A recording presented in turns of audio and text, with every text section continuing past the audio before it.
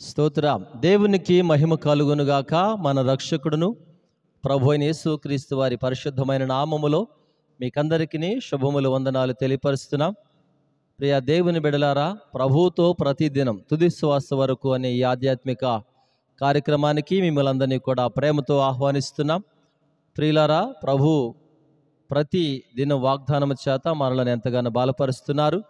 ఈ దినం దేవుడు మనకిచ్చినటువంటి వాగ్దానం చూస్తే ఆదికాండము 12వ అధ్యాయం 3వ వచనంలో రాయబడినటువంటి ఓ చక్కని మాట, దేవుడు అబ్రహాముతో అన్న చక్కని మాట, నిన్ను ఆశీర్వదించు వారిని నేను ఆశీర్వదిస్తానని చెప్పి దేవుడు వాగ్దానం చేస్తూ వచ్చాడు.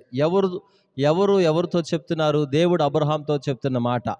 ఎప్పుడంటాడు? తన తండ్రి ఇంటి నుంచి దేవుడు పిలిచి నేను చెప్పిన ప్రాంతానికి వెళ్ళి సేవ చేయమన్నప్పుడు అక్కడ ఆశీర్వదిస్తానని చెప్తూ అంటాడు, నిన్ను ఆశీర్వదించి నీ నామమును గొప్ప చేస్తానని వాగ్దానం చేశాడు గనుక అక్కడ అంటున్నాడు, ఇదిగో నువ్వు వెళ్ళు ప్రాంతములో నిన్ను ఆశీర్వదించే వారిని నేను ఆశీర్వదిస్తాను, నిన్ను దూషించు వారిని, నిన్ను శపించు వారిని నేను శపిస్తానని చెప్పాడు.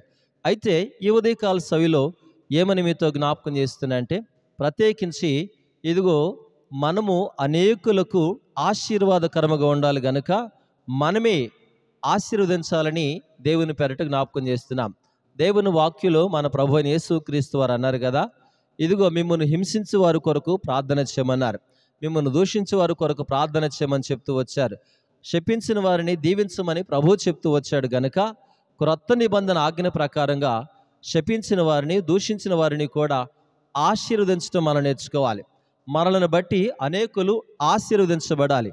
ఈ ఉదయకాలం సమయంలో వాక్యాన్ని వింటున్న దేవుని బిడ్డ, ఇదిగో దేవుడు నిన్ను ఆశీర్వదించాలంటే, నిన్ను అభివృద్ధి పరచాలంటే, నీవు దీవించబడాలంటే నువ్వు చేయాల్సింది ఏంటో తెలుసా? శత్రువును కూడా ప్రేమించి శత్రువును కూడా దీవించినప్పుడు దేవుడు ఏం చేస్తారంటే ఉన్నతమైనటువంటి శిఖరాలపై ఎక్కించడానికి నా ప్రభు ఇష్టపడుతున్నాడు. లేఖనానుసారంగా మనం చూసుకుంటే దేవుడు అబ్రహామును బట్టి ఇస్సాకుతో అంటాడు, నీ తండ్రి అయిన అబ్రహామును బట్టి నేను నిన్ను ఆశీర్వదిస్తున్నాను చెప్పేసి అన్నాడు 26వ ఆదికాండములో. అలాగే మనము ఇంకా యాకోబును బట్టి జ్ఞాపకం చేసుకుంటే యాకోబుతో లాభాన్ అంటాడు కదా 30వ అధ్యాయంలో. ఏమంటాడు? నిన్ను బట్టి యెహోవా నన్ను ఆశీర్వదించును అని లాబాను యాకోబుతో మాట్లాడుతూ వచ్చాడు. అంటే వీళ్ళెందుకు మనం జ్ఞాపకం చేసుకున్నామంటే, అబ్రహామును బట్టి ఇస్సాకు ఆశీర్వదించాడు కదా, తండ్రిని బట్టి పిల్లలను ఆశీర్వదించినట్లుగా, అలాగే యాకోబును బట్టి దేవుడు లాబానును తనకు కలిగిన యావత్తును కూడా ఆశీర్వదించినట్లుగా ఈ ఉదయకాల సమయంలో దేవుడు నిన్ను బట్టి అనేకులను ఆశీర్వదించాలి. దేవుని బిడ్డలారా, ఏమని జ్ఞాపకం చేస్తున్నంటే, మనం ఆశీర్వాదములకు వారసులగుటకే పిలువబడితిమి అని పేతురు రాసినటువంటి మొదటి పత్రికలో 3వ అధ్యాయంలో 9వ వచనంలో చక్కని మాట వ్రాయబడుతూ వచ్చింది. దేని కొరకు మనం పిలువబడ్డాం?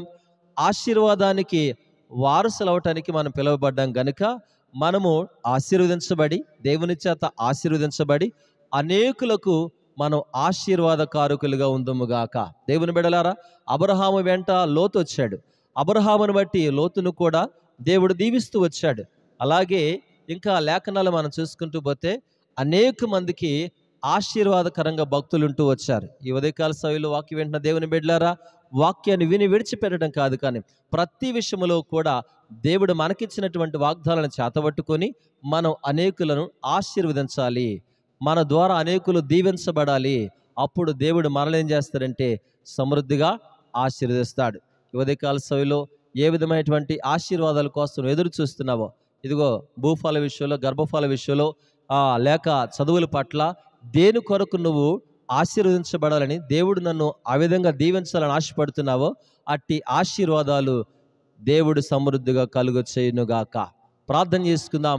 పరమ తండ్రి, మీకు స్తోత్రాలు. ఉదయకాలపు వేళ మాకిచ్చిన వాగ్దానం మా హృదయాల్లో మీరు ముద్రించి భద్రపరిచి మహిమను పొందమని తండ్రి, మీరు మమ్మను ఆశీర్వదిస్తున్నప్పుడు మేము అనేకులను ఆశీర్వదించేవారుగాను అనేకులకు ఆశీర్వాద కారకులుగా ఉండినట్లుగా మమ్మల్ని బలపరుస్తున్నామని ప్రార్థిస్తూ యేసయ్య ఉన్నతమైన శ్రేష్టమైన నామములో ప్రార్థించి వేడుకుంటున్నాము తండ్రి. తండ్రి, కుమార, పరిశుద్ధాత్మ త్రియేక దేవుని దీవెన ఇప్పుడెల్లప్పుడు సదాకాలం తోడే నడిపించునుగాక. ఆమెన్.